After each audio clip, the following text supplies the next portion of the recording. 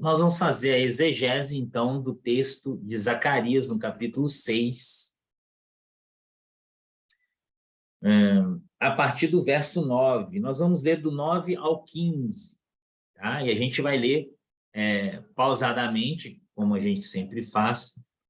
Zacarias, no capítulo 6, a princípio, os versos, né, de 9 até o versículo 12.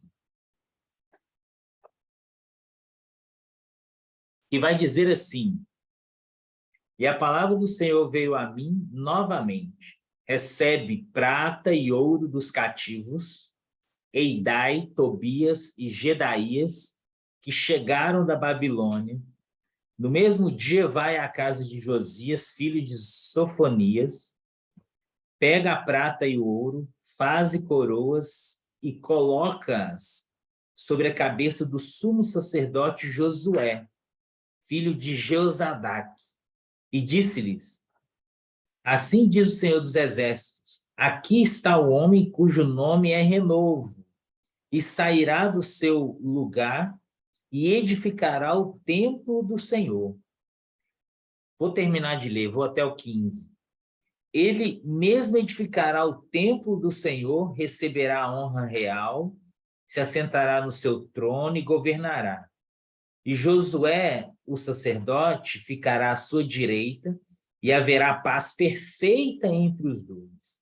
Essas coroas servirão a Eudai e a Tobias, e a Gedaías e a Reim, filho de Sofonias, como memorial no templo do Senhor. E de longe muitos virão e ajudarão a edificar o templo do Senhor. E sabereis que o Senhor dos Exércitos me enviou a vós. Isso acontecerá se obedecerdes cuidadosamente à voz do Senhor vosso Deus. Então, só para a gente iniciar e ter um contexto disso aqui, né? Nós estamos tratando aqui do livro de Zacarias. Zacarias, ele foi um profeta, um dos últimos profetas. Zacarias profetizou na mesma época que o profeta Ageu. Bom, vamos fazer o contexto aqui, né? O povo de Israel volta do cativeiro, né? Volta da Babilônia, e agora eles voltam em três, né? Na verdade, eles vão voltar em três possibilidades aqui. Vai voltar junto com Zorobabel uma caravana, uma outra caravana junto com Esdras, e a última caravana junto com Neemias, né? Mas antes da questão, né, da restauração de Israel propriamente dito, Israel precisa restaurar a parte espiritual, e o templo era parte disso, né? O templo do Senhor era parte disso. Então, se vocês lembrarem, Israel ele foi levado cativo à Babilônia, e quando os babilônios levaram Israel cativo, eles destruíram o templo, queimaram a cidade, destruíram, né, as muralhas, e agora é o momento da volta deles, né? E esse momento da volta é um momento importante, que eles vão reconstruir Israel, né? E aqui, propriamente dito, eles vão ter que reconstruir o templo, né? Então, Ageu é o primeiro que se levanta para dar ânimo, né, aos israelitas que começaram a construir o templo. Percebe isso aqui? Os israelitas começaram a reconstruir o templo, só que eles começaram a desanimar porque o templo não estava ficando como o templo de Salomão, e vinha muitas palavras contrárias a ele, de desânimo mesmo, né? Para que eles possam realmente desanimar e não construir. O templo ficou já com seus alicerces, mas já ficou com um tempo parado, né? Eles pararam de construir o templo, e Deus, então, levanta o profeta Ageu para profetizar a Israel e dar esse ânimo, né? É em Ageu que você vai vai ler, né? A glória da segunda casa será maior do que a primeira, né? Então, tem esses apontamentos aí, dando um ânimo para o povo de Israel continuar a reconstrução do templo. E isso acontece, o povo de Israel volta a reconstruir o templo.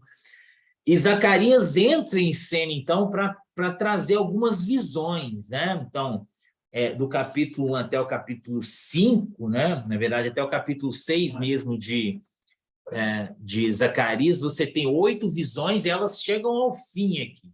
E nas visões, Deus garantiu a seu povo que iria purificar e proteger de seus inimigos.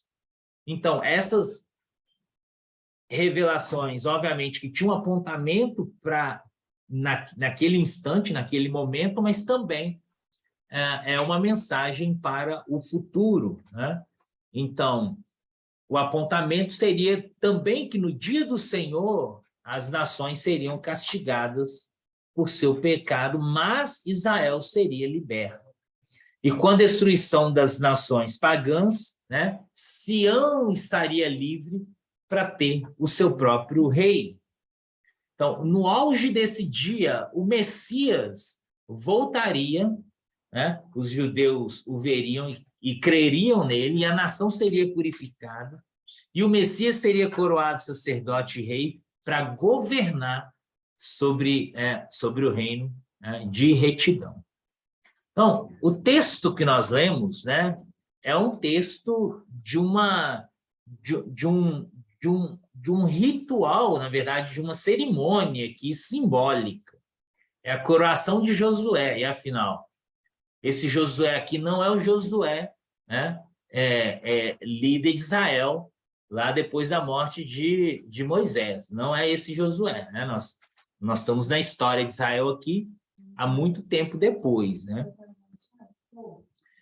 E depois dessas visões, então, Deus dá instruções a Zacarias. E vai citar 3 homens aqui, né? Eudai, Tobias e Gedaías, que chegaram da Babilônia, né?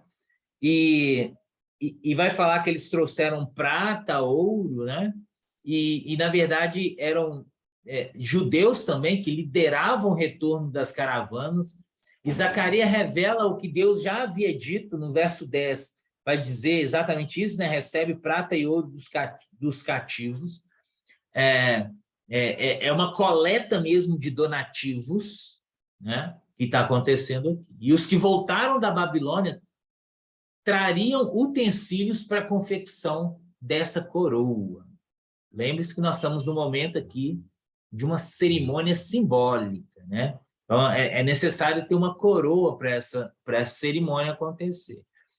Mas perceba que há um anseio, né, no coração de todas as nações, né, um anseio por alguém que seja o libertador, né? Alguém que realmente faria a diferença, né, na sua nação, e há um anseio por toda a humanidade nesse sentido. Israel estava cativa, né, mas obviamente que eles não perderam isso no cativeiro, né? Então, há um anseio, né, da humanidade por um libertador. A palavra, né, a ideia aqui de coroa, né, no verso 13 vai dizer... o verso 13 vai dizer a questão da coroa, no verso 14, essas coroas servirão, né, a Eudai, a Tobias, Gedaí, a En, vai falar os nomes aqui, como um memorial. Olha, presta atenção, esse texto é um texto, mais uma vez, é uma coroação de Josué, né, é uma coroa que vai ser usada para a coroação de Josué. Em Apocalipse vai dizer, né, vai dizer uma palavra diadema, né? Porque tem vários níveis ali. Mas vai trazer essa ideia de resplendor, de esplendor, é uma coroa extremamente esplêndida, né? E Josué, obviamente, não seria o coroado de fato, porque não é sobre Josué. Então, volta sua Bíblia um pouco para Zacarias, capítulo 3, versículo 8, que vai dizer assim, ó: ouve, Josué, sumo sacerdote, tu e os teus companheiros, que se assentam diante de ti, porque são homens que representam coisas futuras, e eu trarei o meu servo, o renovo. Então, todas as vezes então, que a Bíblia, né, que Zacarias vai trazer a palavra renovo, rebento, aí vai dar entendimento àquele que viria, são coisas futuras aqui.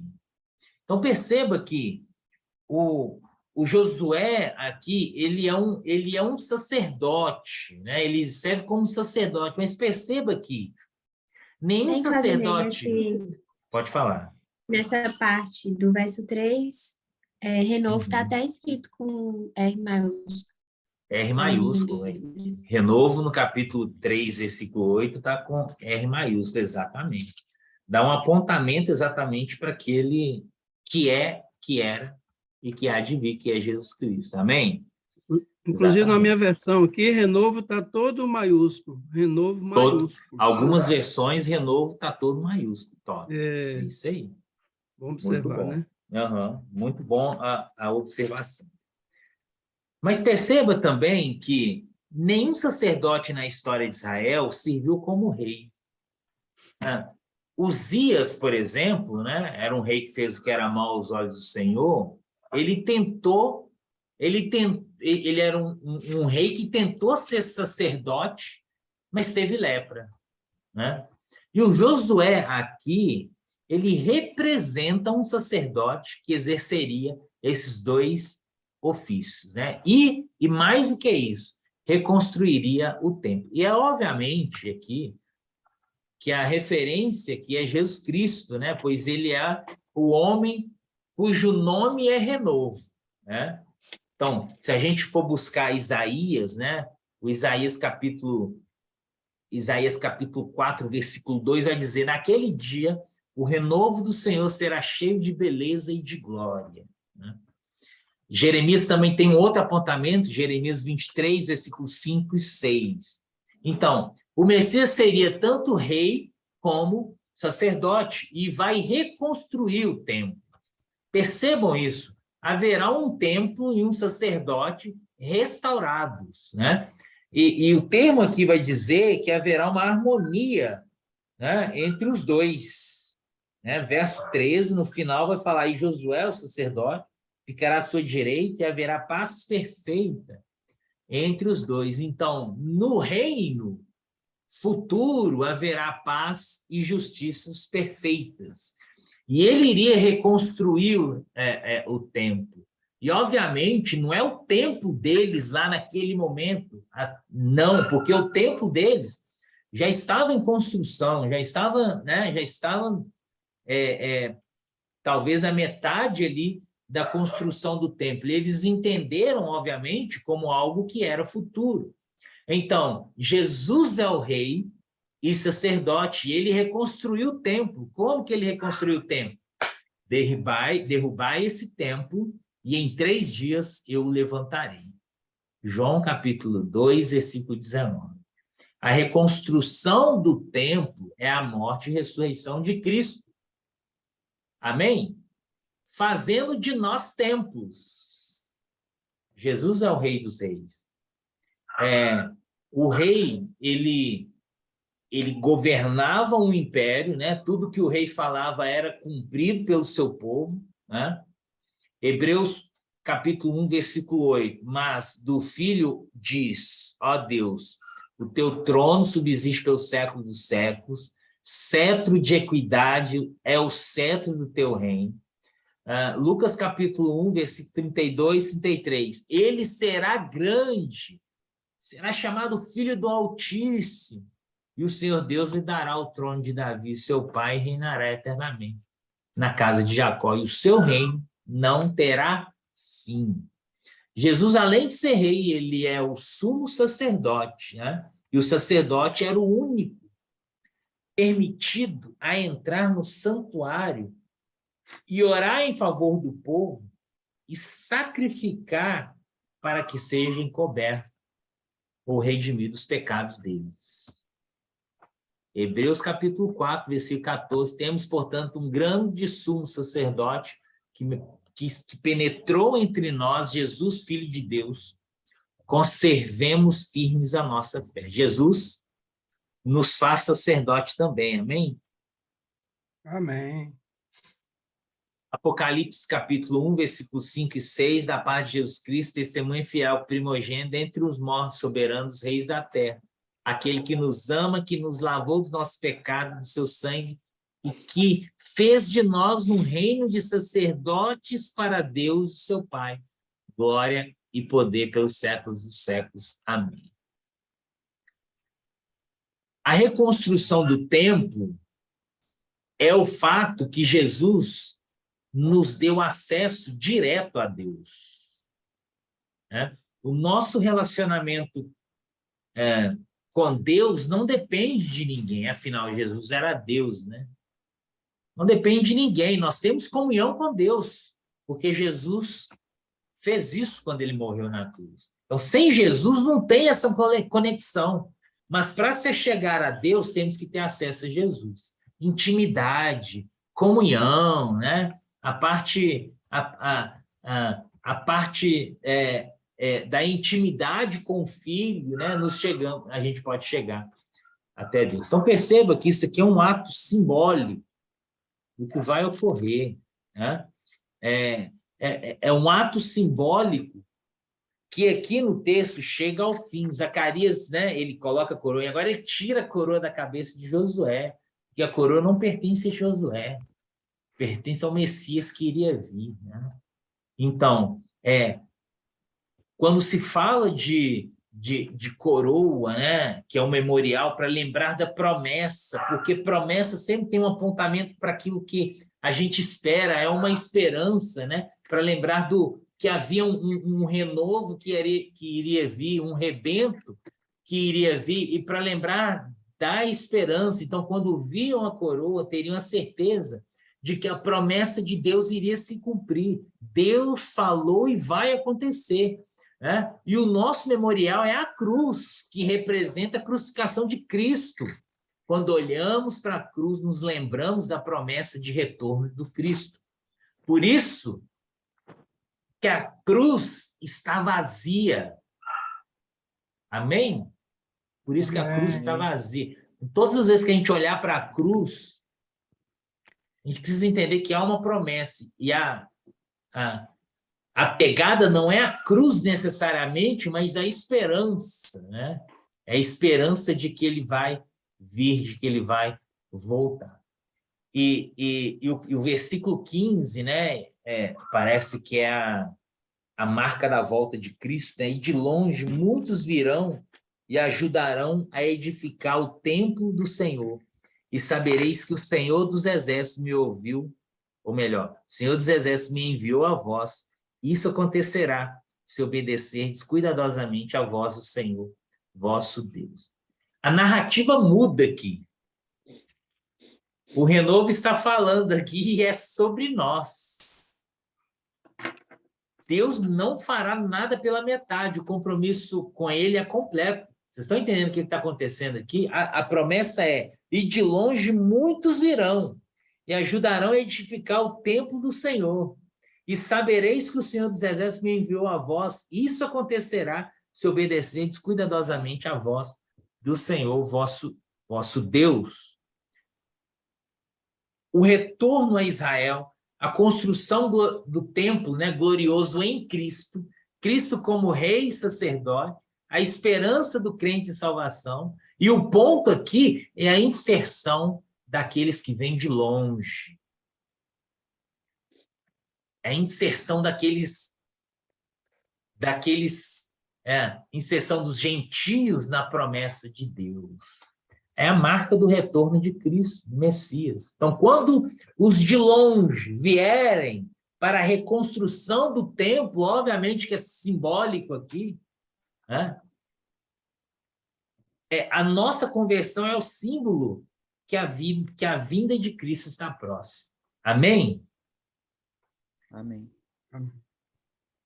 Então, o rei vai vir. Qual é o sinal, né? O rei vai vir e o sinal é quando aqueles que vierem de longe, os gentios, aqueles que serão alcançados pelo amor de Deus. O ramo que vai nos religar a Deus essa esperança, né? O que nós havíamos perdidos em Adão, Jesus restaurará. E de uma forma não tão simbólica agora, né? De uma forma não tão simbólica,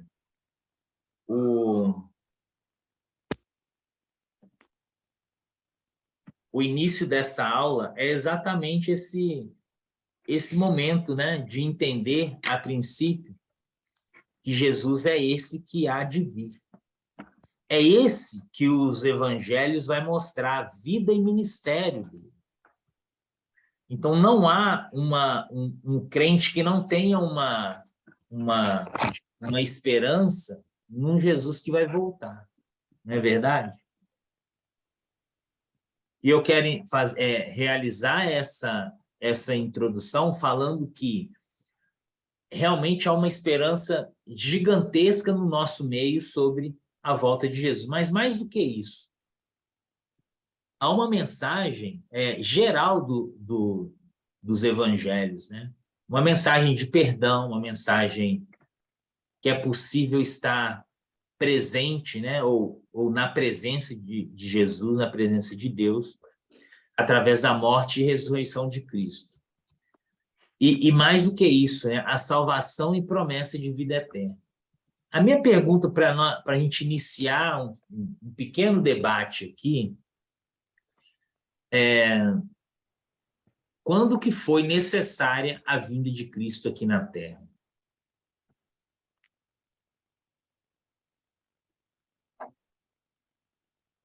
Pergunta básica, hein?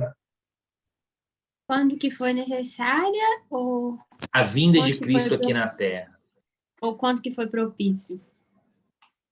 Quando foi necessária? Propícios, você vai ter que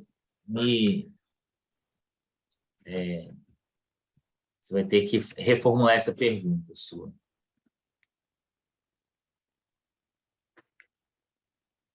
Propício mesmo a pergunta? Minha pergunta é, onde que deu o clique de que Jesus era necessário vir à Terra? Quando o homem pecou? Na queda do homem? Porque até então... Pode falar, pode falar. Eu penso que sim. Sim. Porque até então... Pode falar, Fabrício, desculpa. Eu penso que havia já, né, a promessa, né, e tudo remetia a Jesus. Então chegou um momento em que era impossível aos homens se salvar a si mesmos, né, como eu penso, né. E aí eu tenho um pouco conhecimento, mas teve aquele período lá que Deus não falou, né? Naqueles 400 anos, né?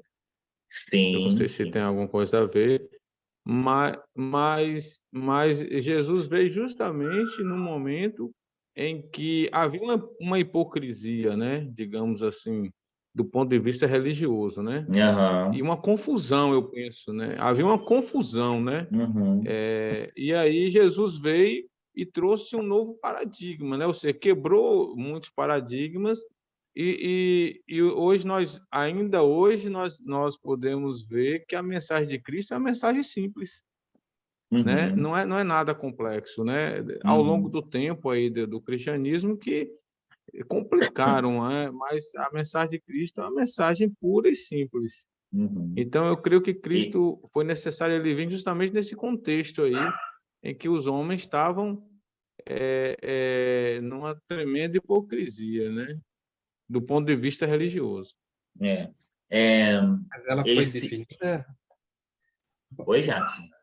Ela foi definida já logo depois que o pecado entrou, né? Foi lá no Jardim do Éden, né? Foi lá falado que assim como... Não, peraí, tem um negócio da serpente lá, né? O descendente da mulher pisaria na cabeça da serpente. Já era praticamente remetendo a Jesus, né? Uhum. Exatamente. Percebe que são dois momentos históricos aqui, né? O Fabrício, pode falar, Lil. Eu penso que foi esse acontecimento, né? Foi necessário quando Adão e Eva virou as costas para Deus. Uhum. Não quando eles pecaram, né? Porque o pecado, eles poderiam ter pedido perdão e Deus perdoado, mas quando ele tentou justificar, aí nasceu a necessidade de enviar Jesus. Exatamente. Gênesis 3, né? Então, percebam que o que o Fabrício falou tem a ver a questão dos 400 anos, né? Do momento em que houve o silêncio de Deus, Deus não levantou nenhum profeta, né? Mas também, Fabrício, havia em toda a história de Israel uma hipocrisia, né? Uma interpretação errada da teologia, né? De Deus, né? Então, em toda a história de Israel já tem esse apontamento hipócrita, né? Mas tem algumas questões que a gente vai ver por que Jesus veio nessa época. É uma boa... Você levantou muito bem aqui a bola. Mas a grande ideia, né, do que a gente está... O início da nossa caminhada é entender que, após a queda, e ali o frisou muito bem, né, porque quando o homem pecou, quando o homem, né, e a mulher comeram lá do fruto, né? Alguém vai dizer que é a maçã, outros vão dizer que é a melancia, né?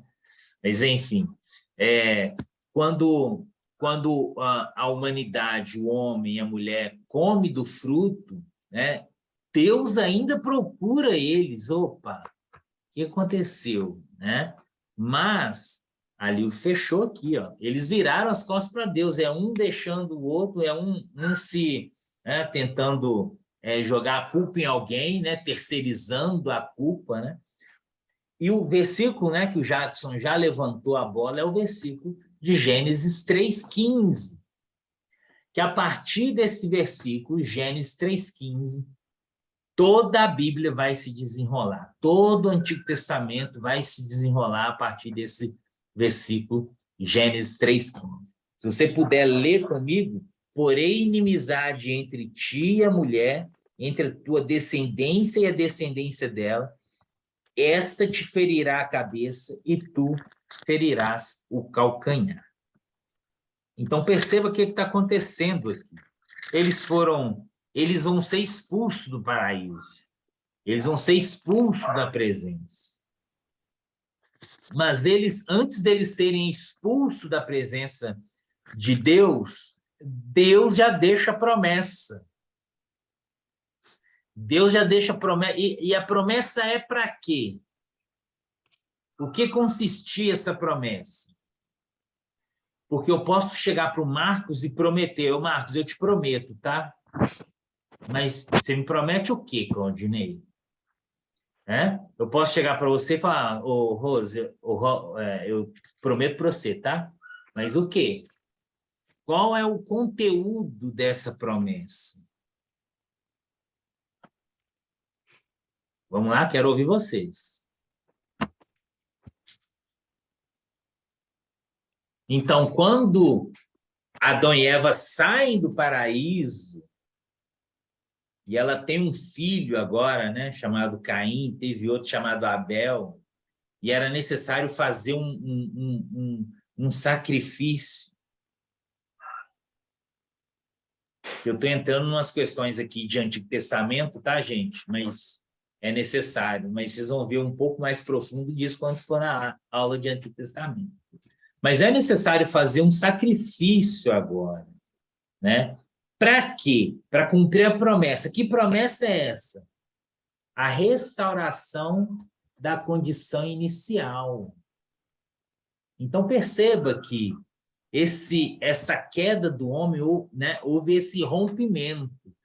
Há uma comunhão, mas há uma comunhão agora mais contida, né? O pecado traz uma separação.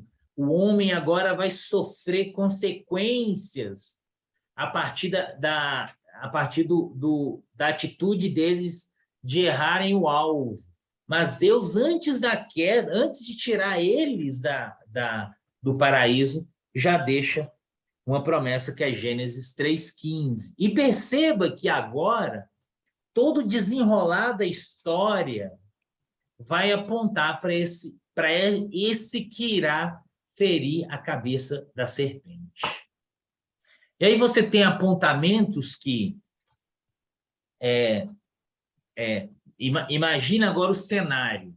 Imaginem o cenário agora. Adão e Eva, eles saem do paraíso, e agora o desejo constante no coração de Adão e Eva é que pudesse restaurar essa condição, e essa condição inicial só poderia ser restaurada pela descendência da mulher, de Eva.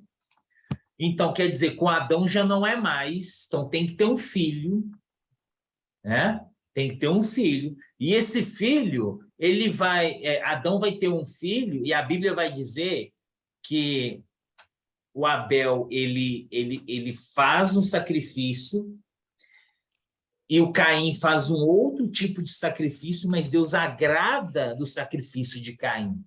Eu vou passar rapidamente para isso, porque a Bíblia vai dizer que, na verdade, Deus não agradou, não é do sacrifício de Caim, mas não agradou da vida de Caim.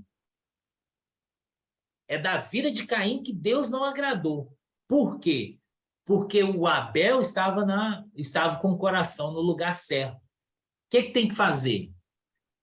É um sacrifício? Então eu vou lá fazer. Ponto. Foi lá e fez. Gerou toda essa questão de inveja, que você sabe, e nós estamos no desenrolar da história.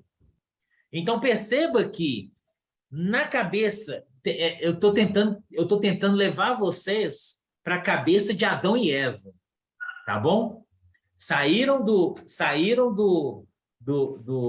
paraíso, agora o filho que fez o sacrifício está morto, e agora você tem Caim, que vai sair da terra, e ele vai, né? Ele é a personificação da impiedade, do mal, e a partir desse momento você vai entender sempre duas descendências, porque a partir do capítulo 4, e no versículo 25, vai dizer: tornou Adão a conhecer intimamente sua mulher, e ela deu um filho a quem pôs o nome de Sete. E ela disse: Deus me deu outro filho em lugar de Abel, já que Caim o matou.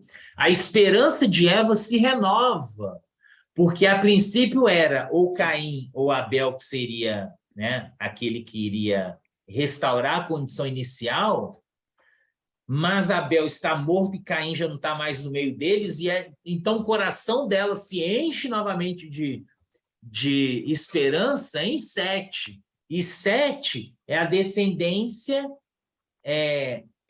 que se aproxima de Deus. Então, Sete não foi, mas o texto está dizendo, olha a genealogia de Sete. Capítulo 5, verso 22. Capítulo 5, verso 22.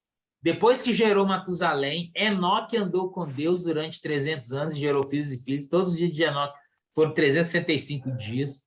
Enoque andou com Deus até que não foi mais visto, porque Deus o havia tomado. Verso 29, 28.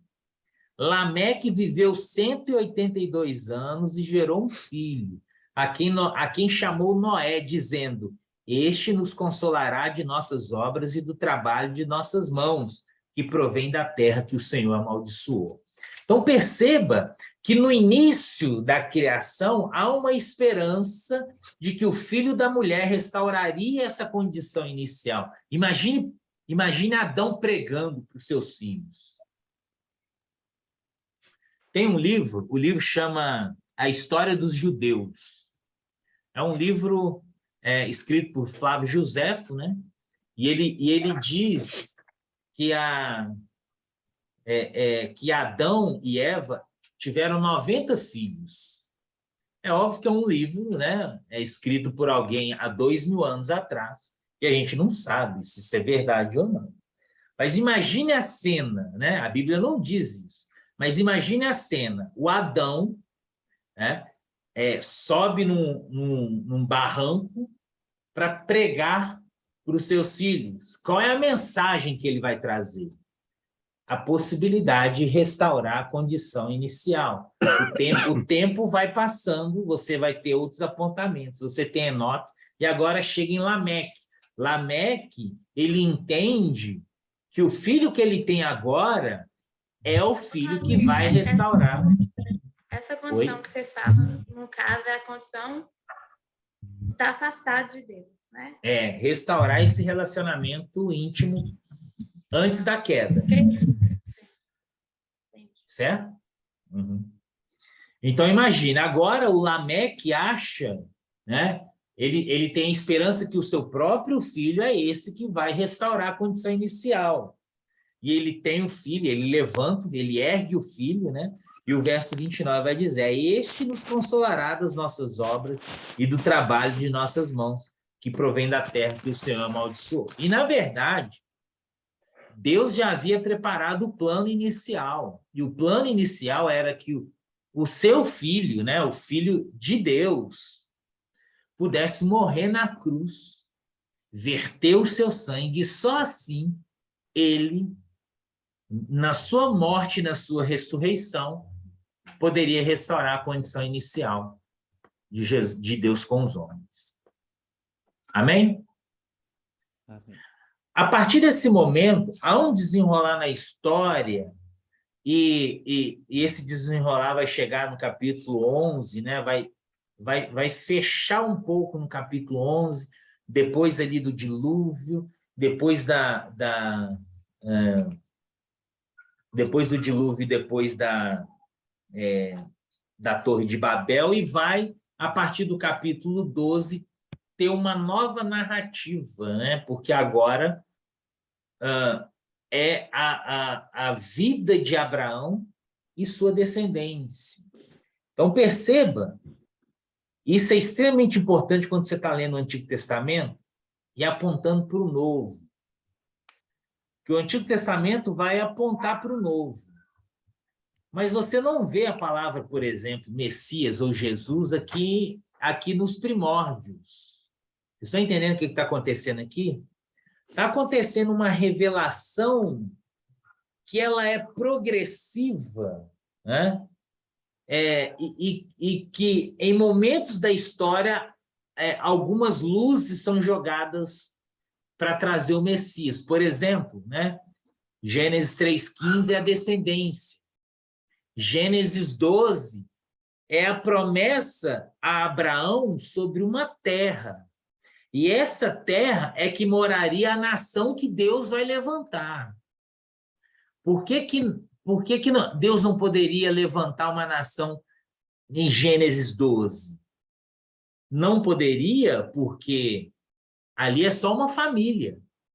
Uma família não guerrearia com uma nação. Deus precisa levantar uma nação para colocar essa nação na terra de Israel, né, na Canaã, para que aquela nação pudesse ganhar corpo, tanto em quantidade de pessoas e, obviamente, quanto espiritualmente, para que o descendente da mulher pudesse nascer. Então, perceba que nós estamos em Gênesis, mas nesse momento não tem apontamento, por exemplo, para a palavra Messias, por exemplo. Né? A palavra Messias veio a ser com o profeta Isaías, né? Que é o profeta messiânico e os profetas da época. Então, perceba que a revelação de Deus, ela é gradual, ela é contínua, então até chegar no momento mais importante da nossa história, que é o nascimento de Jesus Cristo. Ok? Então, todo o Antigo Testamento vai apontar para isso. Isso quer dizer que, se você estiver dando um estudo no Antigo Testamento, você precisa citar Jesus. Porque todo texto, né, ou toda porção de texto, toda ideia de texto vai apontar para Cristo. Né? Ele tem que apontar para Cristo. Então, é a nação sendo preparada. E essa nação ela está sendo preparada tanto espiritualmente quanto socialmente, né? tanto moralmente, para que possa realmente Jesus vir e cumprir aquilo que já foi dito em Gênesis 3,15. Gênesis 3,15, anotem isso aí para não esquecer. Gênesis 3,15 é dito, né, é chamado de proto-evangelho. É a primeira menção da salvação na Bíblia. Proto-evangelho. É a primeira vez que Deus dá uma promessa de restauração. Então, a partir dessa promessa que vai se desenrolar e chega em Jesus Cristo. Então, todo o Antigo Testamento, mais uma vez, é uma preparação para que o Messias pudesse vir.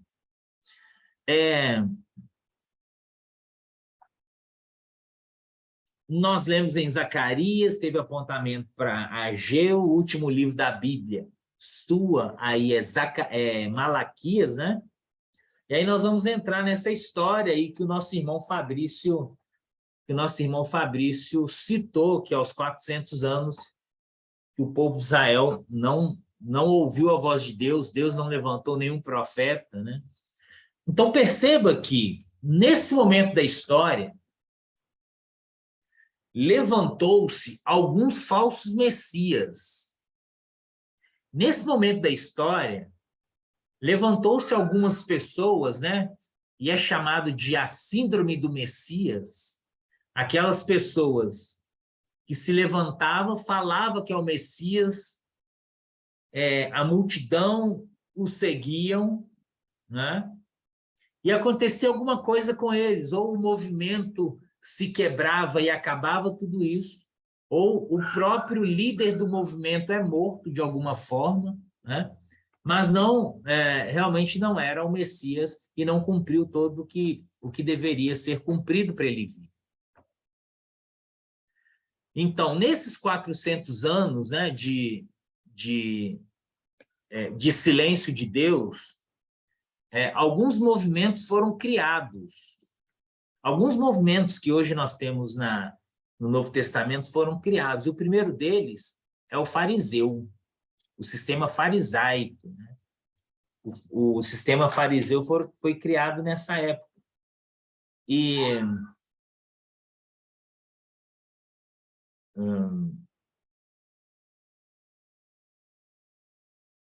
E alguém pode falar para mim algumas características dos fariseus? Alguém pode falar para mim o que ele fez, alguma coisa importante que ele fez que está apontando aí para o Novo Testamento? Boa noite, Claudinei. Boa noite Boa a todos. noite. Uma das coisas aí do farisaísmo, né? Não sei se é essa palavra que eu usei certo aí, mas eles eram extremamente zelosos, né? Pessoas muito zelosas. Eles tinham assim, um cuidado em extremo com as coisas. Se dizia, talvez, assim, na questão de religião, talvez, assim, um pouquinho, mas eles eram muito zelosos. Assim, uma das características que eu lembro, que eu penso, zeloso. Eles Aí deixa eu estudavam continuar para os outros. a lei, conheciam muito a lei, eram muito estudiosos. É por isso que eu acredito que eles se encheram tanto. Uma palavra que vai bem com o zeloso que o irmão falou, isso é religioso, eles eram muito religiosos também, né? Isso aí, tem mais.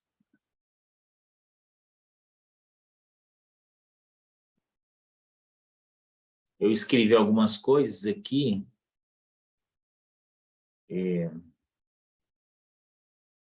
Então, os fariseus surgiu, né, no 2º século antes de Cristo. É um grupo de judeus devotos às leis de Moisés. Eram nobres, mestres da lei, eram os caras que estudavam mesmo, né? Dominava a parte religiosa de ensino e interpretação das escrituras. Eram escribas magistrados, porém estavam interessados em poder e riqueza. Comunados com romanos, né? com o Império Romano, os fariseus, por meio da lei de Moisés, introduziram as tradições orais, isto é, foram fazendo suas próprias leis. considerava suas próprias leis mais importante do que a de Moisés. Então, Marcos capítulo 7, a gente pode até ir no texto daqui a pouquinho, vai tratar onde Jesus está quebrando, está querendo quebrar a tradição dos fariseus. Então, considerava as próprias leis mais importantes do que a de Moisés. Eles que criaram as sinagogas, eles são opositores dos saduceus, e com a destruição de Jerusalém em 70 depois de Cristo, a queda do poder dos saduceus, cresceu sua influência dentro da comunidade judaica e se tornaram os percussores do judaísmo rabínico. Quando você vê um rabino hoje, né, ele vem dessa linhagem. Os fariseus, eles tinham as próprias leis, né? Eles fizeram leis em cima das leis. Então, o que o fariseu vai falar? Vai falar assim, ó, Moisés colocou para a gente guardar o sábado. Mas o fariseu vai falar assim, o que é o sábado? O sábado é você fazer lama no sábado é trabalho? Então não pode. Lembra Jesus curando o cego, né? E Jesus faz uma laminha lá, tal, coloca nos olhos, opa, não pode, porque é sábado. Tal. Então, eles começam a interpretar as leis e começam a colocar leis sobre leis. Então, Marcos capítulo 7, se você abrir comigo aí, vai ter um exemplo disso. Né? Marcos, no capítulo 7, vai dizer assim, ó, os fariseus, pode falar, Marco Aurélio? Falando nessa questão do apontamento para Jesus, eu estava lendo um livro de Levítico esses dias e eu vi uma questão, a lei sobre o parto, que a mulher tinha que ficar o período de 33 dias sem tocar em nada que era sagrado, nada do santuário. Aí você pega, do nascimento de Jesus até a consumação de tudo, foram 33 anos, eu achei... Uhum. É isso mesmo. É por isso que lá em Lucas, capítulo 2, quando Maria e José vão apresentar Jesus ao templo, fala assim, e terminados os dias da purificação. É Levítico 12. Porque a mulher, depois do parto, tem que ficar 33 dias. Na verdade, é assim, 7 dias de resguardo, né? 7 dias de resguardo, no 8º dia, levava para o templo a circuncidar, e depois mais 33 dias que ela não poderia tocar em nada que é sagrado. Então, passado esse tempo da purificação, ela poderia ir lá, né, no templo. Então, Lucas capítulo 2, a partir do 30, eu não estou lembrado, depois a gente pode ir lá para ver. Vai falar exatamente isso. Passado o tempo da purificação, José e Maria trouxe Jesus. É isso aí que está acontecendo. Então, Marcos capítulo 7 vai dizer assim, os fariseus e alguns escribas, vindo de Jerusalém, foram encontrar-se com Jesus. E repararam que alguns dos discípulos de Jesus comiam pão com as mãos impuras, isto é, sem lavá-las. Pois fariseus e todos os judeus, guardando a tradição dos anciãos, olha isso, não comem sem lavar as mãos cuidadosamente. Quando voltam do mercado, não comem sem antes se purificar. E receberam muitas outras coisas para observar, como a lavagem de copos, de jarros e de vasos de bronze. Então os fariseus e os escribas lhe perguntaram, por que os teus discípulos não vivem segundo a tradição dos anciãos, mas comem pão sem lavar as mãos? Jesus respondeu, hipócritas, bem profetizou Isaías acerca de vós, como está escrito, este povo honra-me com os lábios, seu coração, porém, está longe. Em vão me adoram, ensinando doutrinas que são preceitos de homens. Abandonai ou melhor, abandonais o mandamento de Deus e vos apegais à tradição dos homens. Disse-lhes ainda, sabeis muito bem rejeitar o mandamento de Deus para guardar a vossa tradição. Pois Moisés disse, honra teu pai e tua mãe, e quando amaldiçoar o teu pai e tua mãe, certamente morrerá. Mas dizei, se alguém disser a seu pai ou tua mãe, o que de mim poderias receber com benefício é corbã, isso é oferta dedicada ao Senhor, vós o desobrigais de fazer alguma coisa por seu pai ou por sua mãe. Dessa forma, invalidais a palavra de Deus pela vossa tradição que transmitistes, como também fazes muitas outras coisas semelhantes. O pior grupo, né, um dos piores grupos que Jesus, né, em vida, em seu ministério, atacava, eram os fariseus, eram os estudiosos, porque tinham uma interpretação errada, né, daquilo que Deus deixou, e o Arthur foi no centro aí do problema, a religiosidade exacerbada desse grupo, né? Então, percebo então que eles foram criados aí, eles foram uma pedra, né, no calçado de Jesus aí, durante a vida e ministério dele. Pode falar, Marcos. Ah, não? Não, nada não. Ah, não, beleza. Nada não. Comentários até aqui? Um outro grupo que surgiu, né, além dos fariseus, e que os fariseus eram extremamente opostos, foram os saduceus. Então, sobre os saduceus, se diziam descendente de Zadok, que foi um dos sacerdotes antes do exílio. Por direito, diziam ser os sumos sacerdotes e governavam o primeiro escalão do templo, dominavam o sinédrio. Por meio do sinédrio, eles tinham muito poder, parecia a Suprema Corte de hoje, né? A ideia do poder. Os saduceus representam os ricos e os aristocratas, formados por sacerdotes, também comunados com os romanos. Reconhecia apenas o Pentateuco, né, os primeiros livros da Bíblia, os 5 primeiros, a lei. Eles só reconheciam a lei como livro sagrado. Rejeitava a tradição oral dos fariseus, e acreditava que Deus não interferia na história de modo a afetar a vida dos homens. Não acreditam na ressurreição e nem no juízo, na ressurreição e nem no juízo. Então, abra para mim Mateus capítulo 10, alguém abre para mim Mateus capítulo 27, 62, 66, e também Atos 23, 6 e 10.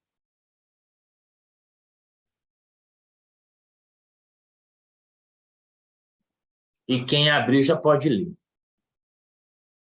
Mateus 7, 10, Mateus 27, 62 a 66, e Atos 23, 6 e 10. 6 a 10. Mateus 7, 10. Sim. O 7, 10. E pedindo-lhe... Isso mesmo, né? E pedindo-lhe peixe, lhe darão a serpente? Não, não é essa a referência, espera aí. Quem achou em 27... 7, 10. Tá, quem achou em 27, 62, 66, pode ler para mim? Deixa eu achar esse...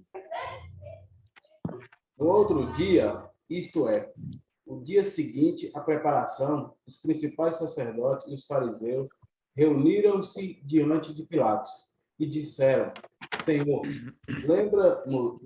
lembramos-nos de que aquele enganador, quando ainda vivo, afirmou: depois de 3 dias ressuscitarei. Manda, pois, que o sepulcro seja vigiado com segurança até o 3º dia, para que não aconteça que, vindo os discípulos, roubem o corpo e digam ao povo: ele ressuscitou dos mortos. E assim O último enganador será pior do que o primeiro. Pilatos lhe disse: tendes um guarda, ide e dai-lhe segurança que puderes. Eles então foram e mantiveram o sepulcro seguro, lacrando a pedra e deixando ali a guarda. Aguarda, isso aí. A ideia aqui é que Jesus não havia ressuscitado, né? Então o pessoal ia roubar o corpo, né? Eles não acreditavam nessa ressurreição. E Atos, capítulo 23, 6 e 10. Então, vou ler Quem então. leu? Quando Paulo percebeu que alguns dos seus conselheiros eram do partido dos saduceus e outros do partido dos fariseus, disse bem alto: Meus irmãos, eu sou fariseu e filho de fariseus. Estou aqui sendo julgado porque creio que os mortos vão ressuscitar. Assim que ele disse isso, os fariseus e os saduceus começaram a discutir e o conselho se dividiu. É que os saduceus não creem que os mortos vão ressuscitar, nem que existem anjos ou espíritos, mas os fariseus creem nessas coisas. E assim a gritaria aumentou ainda mais.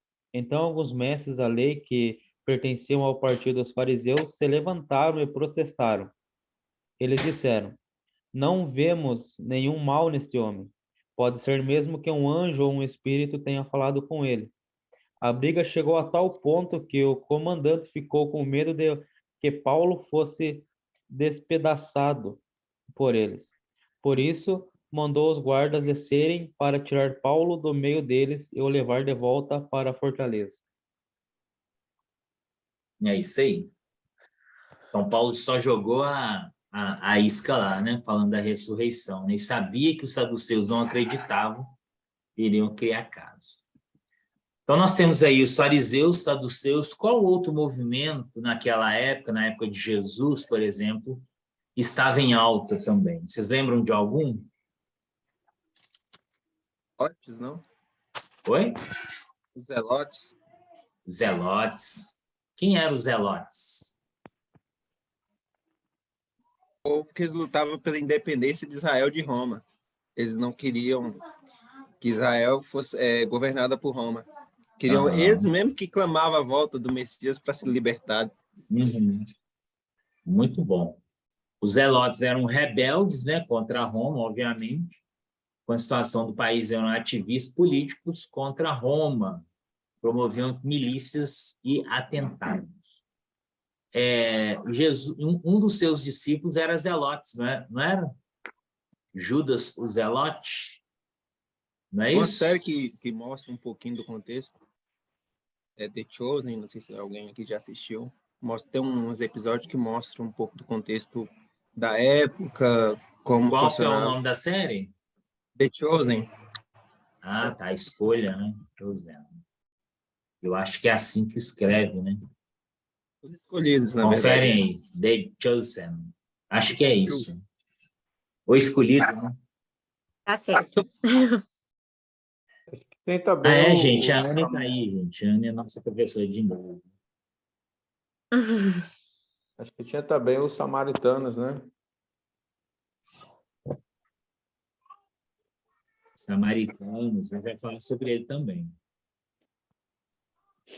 Mas samaritanos, eles foram criados antes, né? Antes desse período de 400 anos, né? A gente pode falar um pouquinho dele também. Um outro grupo criado, um grupo de extrema importância também. Peraí, gente, muito cachorro aqui. São os essênios. Já ouviram falar dos essênios? Eu já ouvi falar esses dias, mas bem pouco. Eu acho que eles rejeitavam a lei de Moisés e queriam seguir uma coisa tipo mais como a criação original, uns livros de Enoque, umas coisas assim. Eu ouvi uma coisa bem rasa, mas era uma coisa bem viajada, pelo que eu queria, tipo uma vida espiritual, uma coisa desse tipo. Uhum. Vamos lá, quem mais? Essênios, não? Já ouviram? Quem era essênio na Bíblia? Quem era essênios?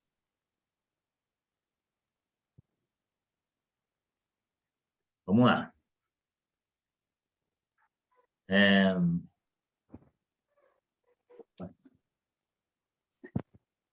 Os essênios eram judeus que viviam no deserto, tentando viver o judaísmo verdadeiro. Vida austera, mas uma busca verdadeira por Deus. Os essenistas foram totalmente diferentes dos fariseus e dos saduceus. Eles eram extremamente ascéticos, extremamente contra seus próprios prazeres, né? O ascetismo é uma doutrina filosófica que defende a abstenção dos prazeres físicos e psicológicos, acreditando ser o caminho para atingir a perfeição e equilíbrio moral e espiritual. Então, eles se retiraram da sociedade e viveram em celibato. Viviam isolados no deserto, davam atenção à leitura bíblica e estudos bíblicos. Tanto escravidão como guerra eram contrários aos seus princípios. Os essênios provavelmente foram exterminados pelos romanos ou obrigados a deixar suas comunidades e fugir para salvar suas vidas por volta do ano 68. Então, quem era essênio na Bíblia, no Novo Testamento? Dá um exemplo aqui. João Batista? João Batista. João Batista, por muito tempo, né? Na verdade, houve muitas dúvidas se João Batista era essênio ou não. Mas, em 1940, quando descobriram aqueles pergaminhos do Qumran, vocês já ouviram falar nisso? Qumran. Depois vocês pesquisam aí, né? Então, descobriram muitos escritos essênios, né? E muitos deles, e alguns deles apontando para João Batista também. Então, João Batista, ele foi considerado um essênio, né? Então, era esse que vivia no deserto, né? Uma vida totalmente santa, né? Entre aspas. Então, e a gente vai falar um pouquinho deles, né? Porque perceba que quando